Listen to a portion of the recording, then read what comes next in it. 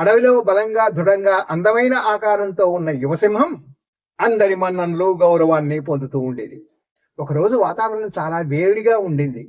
ఆహారం కోసం వెతుకుతూ ఉంటే వేడికి తట్టుకోలేక పక్కనున్న మురిగ్గుంట దగ్గర చల్లగాలి వీస్తుంటే ఉపశమనం పొందింది.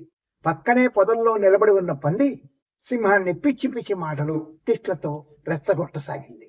ఆ తప్పుడు మాటలు వింటున్న సింహం కోపంతో ఉడికిపోతూ పందిని సవాలు చేసింది. ఈ అడవిలో నాకంటే బలమైన జంతువు లేదు. నీకు దమ్ము ధైర్యం ఉంటే నాతో పోట్లాటకు దిగు.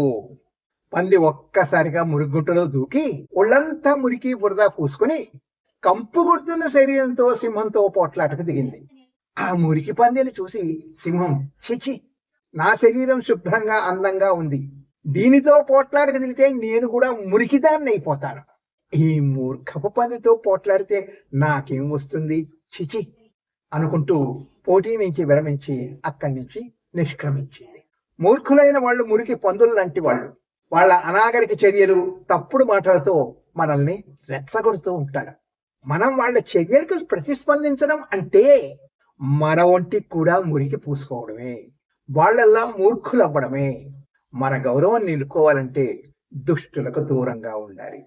దుష్టులకు మన నిశ్శబ్దంతోటే జవాబు చెప్పాలి. Good luck.